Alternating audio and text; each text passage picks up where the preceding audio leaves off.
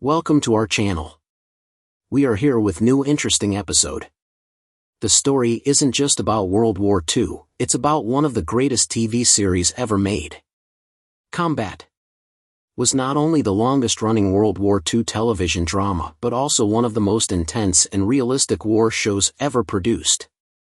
The cast went through grueling training, where live bullets flew over their heads, and they handled real grenades. Some actors were pushed to their limits, and the experience left lasting scars. However, even that wasn't the worst part.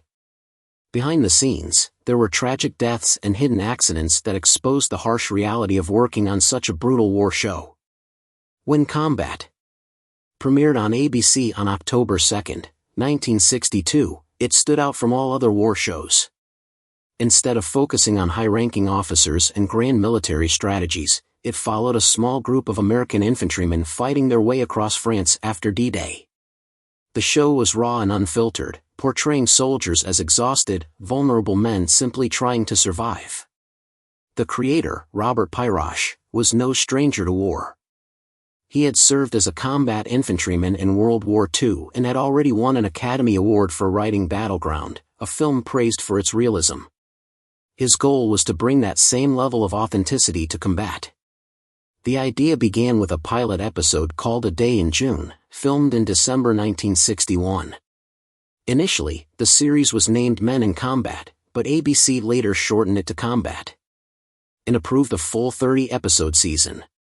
Over 5 years, the show produced 152 episodes, making it the longest-running World War II drama in television history. Most of the episodes were filmed in black and white to give them a gritty, documentary-like feel. However, in its final season in 1967, the show switched to color. The story centered on Second Lieutenant Gil Hanley, played by Rick Jason, and Sergeant Chip Saunders, played by Vic Morrow, as they led their men through the dangers of war. Instead of focusing on generals and high command, the series stayed with the soldiers on the ground. Pyrosh was determined to make the show as realistic as possible. To maintain historical accuracy, Selmer Productions hired Major Homer Jones, a D-Day veteran from the 82nd Airborne Division, as a technical advisor. He reviewed scripts and corrected mistakes to ensure the characters spoke and acted like real soldiers. Authentic World War II weapons and vehicles were used whenever possible, setting a new standard for realism in television. One of the most unique aspects of Combat was its use of foreign languages. When German soldiers or French civilians spoke, there were no subtitles. Viewers had to rely on context to understand what was happening, just as real soldiers would have. The show also blended archival war footage with filmed scenes, further enhancing its realism. Many of the actors had military experience. Vic Morrow had served in the Navy, and Pierre Jalbert, who played PFC Paul Cage LeMay, had been part of the Royal Canadian Air Cadets. Before filming began, the cast had to complete a week-long boot camp at Fort Ord in Northern California. The training was intense. Actors crawled under barbed wire while live .50 caliber bullets were fired over their heads. They threw live grenades, ran obstacle courses, and swung across muddy ponds on ropes. Rick Jason later said this training was tougher than what he had experienced in the Army Air Corps during World War II. The instructors warned the actors not to perform exaggerated Hollywood-style actions, telling them to avoid acting like John Wayne. Beyond just acting like soldiers, many cast members had lived through war, bringing their real experiences to their roles. Rick Jason, born Richard Jacobson on May 21, 1923, in Brooklyn, New York, served in the U.S. Army Air Corps during World War II from 1943 to 1945. He had wanted to become a pilot but struggled with the math required for flight training. Instead, he was reassigned to public relations, where he worked with wounded soldiers at a convalescent hospital in New York. By the end of the war, he was teaching horseback riding in the Air Corps. His experience gave him a natural authority when playing Lieutenant Hanley. Vic Morrow, born Victor Morozov on February 14, 1929, in the Bronx, New York, took a different path to the military. He dropped out of high school and enlisted in the Navy at 17, serving from 1947 to 1949. Though he joined after World War II, his time in the Navy gave him the toughness and discipline that defined his performance in combat. He played Sergeant Chip Saunders, a battle-hardened squad leader burdened with the responsibility of keeping his men alive. His intense performance earned him an Emmy nomination and made him one of the most memorable faces of the series. Jack Hogan, who played PFC William G. Kirby, also had first-hand military experience. Born Richard Roland Benson Jr. on November 24, 1929, he served in the U.S. Air Force during the Korean War, reaching the rank of Staff Sergeant. Before enlisting, he had already earned his pilot's license at 16. After the war, he studied drama at the Pasadena Playhouse, launching his acting career. On Combat, he brought humor and toughness to the role of Kirby, making the character both engaging and believable. Pierre Jalbert stood out from the rest of the cast. Unlike many of his co-stars, he had never served in combat. Born on January 9, 1925, in Quebec City, Canada, he was a natural athlete. He became Canada's junior and senior national ski champion and was set to lead the country's Olympic ski team in the 1948 Winter Games. Unfortunately, a leg injury in training ended his Olympic dreams. His only military connection was his time in the Royal Canadian Air Cadets during World War II. Acting wasn't even his first career. He worked as a film editor at MGM Studios for nearly a decade before an agent convinced him to audition for Combat. His fluency in French made him a perfect fit for the role of PFC Paul Cage-Lemay, the squad's Cajun translator. Even though he had never been a soldier, his performance felt authentic. After the show, he returned to film editing, working on major projects like The Godfather and earning an Emmy nomination for his sound editing on Shogun. Behind the camera, Combat had another veteran who shaped its gritty realism. Robert Altman, one of the show's key directors, had flown over 50 bombing missions in the South Pacific as a co-pilot on a B-24 during World War II. He served in the U.S. Army Air Corps from 1943 to 1947, witnessing firsthand the horrors of war. His experience influenced how he directed Combat, bringing depth and emotion rarely seen in war dramas. His episodes focused not just on action but also on the psychological toll war took on soldiers. One of his most powerful episodes, Survival, explored themes of isolation and endurance, something he likely understood from his own time in the military. Vic Morrow's portrayal of Sergeant Saunders made him more than just a TV character. He became a symbol of leadership and resilience. Viewers saw him as a protector, mentor, and a man burdened by the weight of war.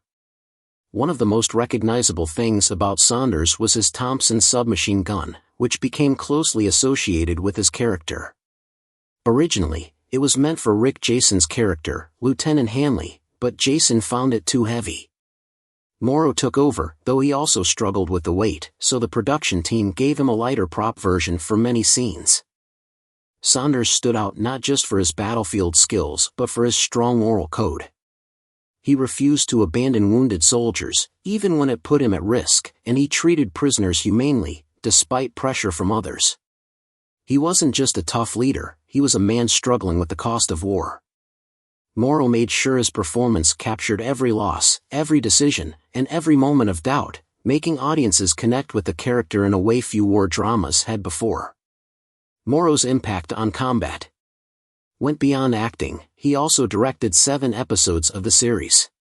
His most notable work as a director was the 2-part episode Hills Are for Heroes, which aired in January 1966.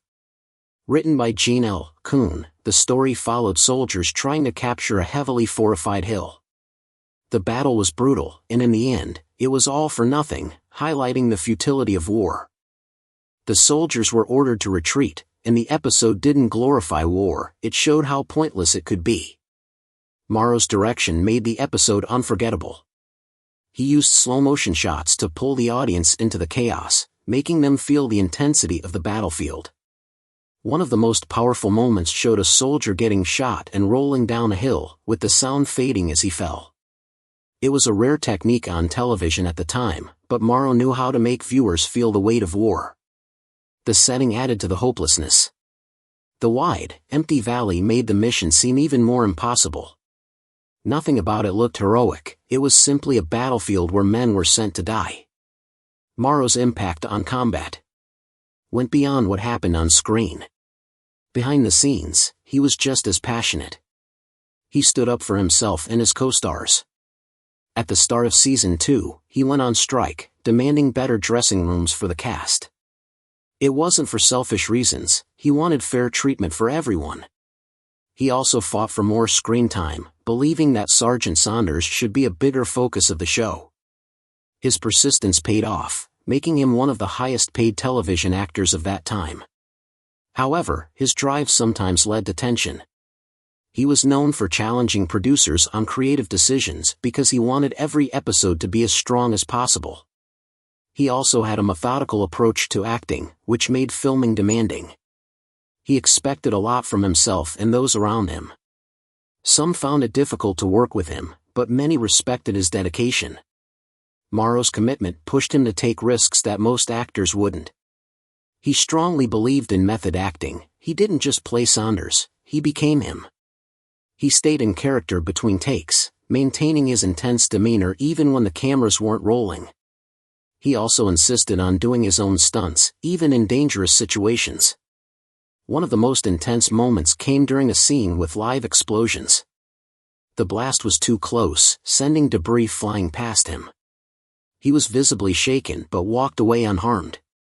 Still, he never hesitated to put himself in the middle of the action because he believed it made the show better. Rick Jason, on the other hand, was hesitant about taking the role at first. He wasn't sure if audiences would embrace another war drama. But Combat quickly became a hit, earning a reputation for strong storytelling. Jason's portrayal of Lieutenant Hanley provided a calm, rational counterbalance to Morrow's raw intensity.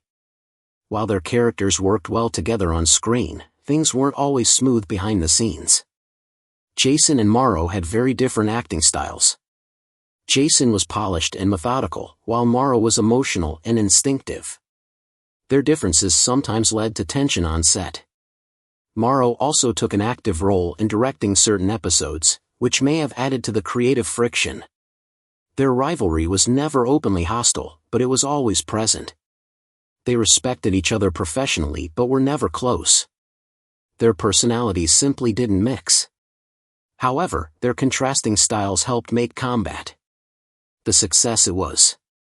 Hanley and Saunders represented two sides of wartime leadership: strategy versus instinct, logic versus raw survival.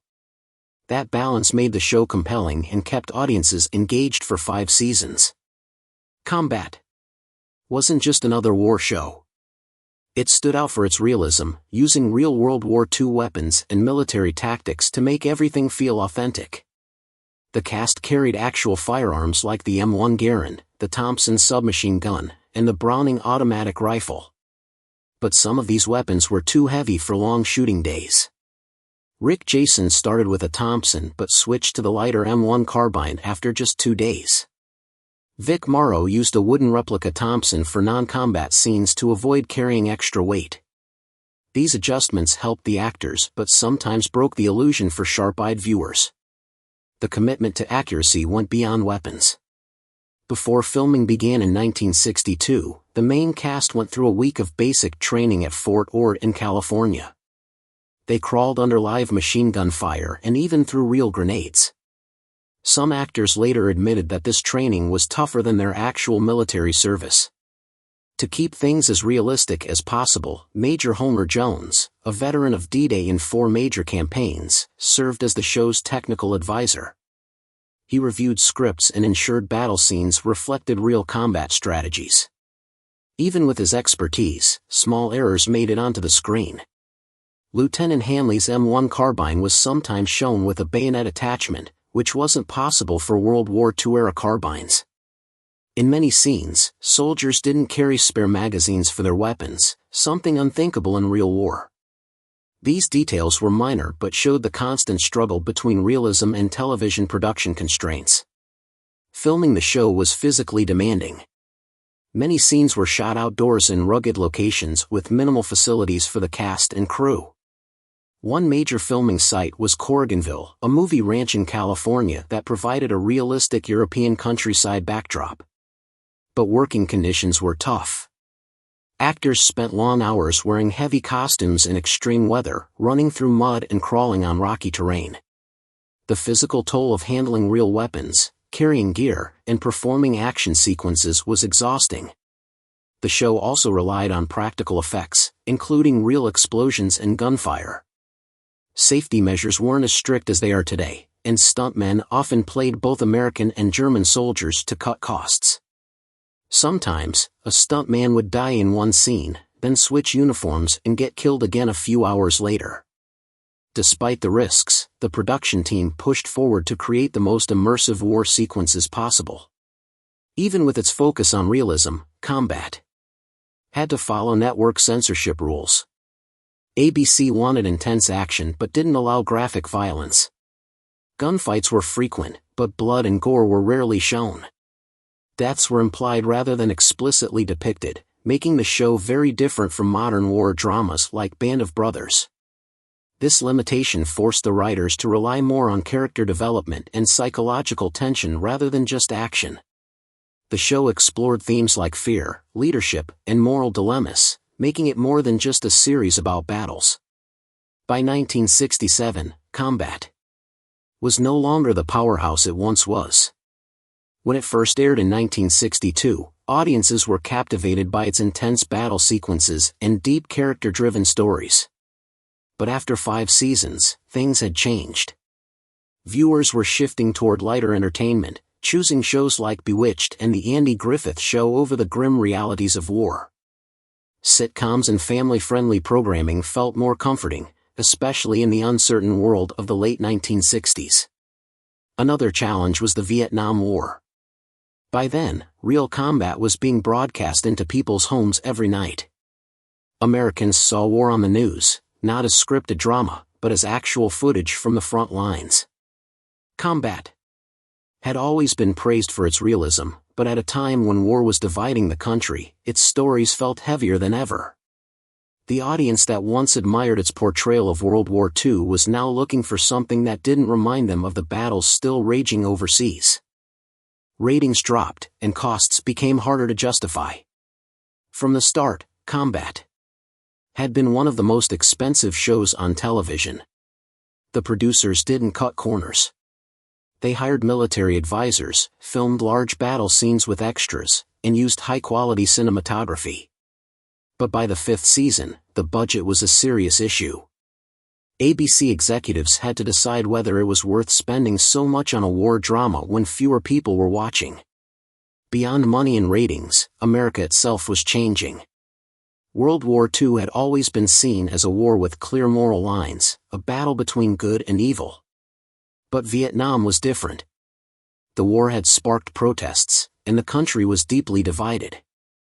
The idea of war as heroic was fading, replaced by growing doubt and disillusionment. Despite its cancellation, combat had already made television history. Between 1962 and 1967, it aired 152 episodes, 127 in black and white and 25 in color. It covered a time span of less than a year in World War II but delivered fresh, compelling stories throughout. Few other war dramas lasted as long. The show's legacy lived on through its cast. Rick Jason continued acting but later focused on writing. Vic Morrow's tragic death in 1982, during the filming of Twilight Zone, the movie, led to major changes in Hollywood safety regulations. Jack Hogan transitioned from acting to architecture and casting. Even decades later, the friendships formed on combat remained strong.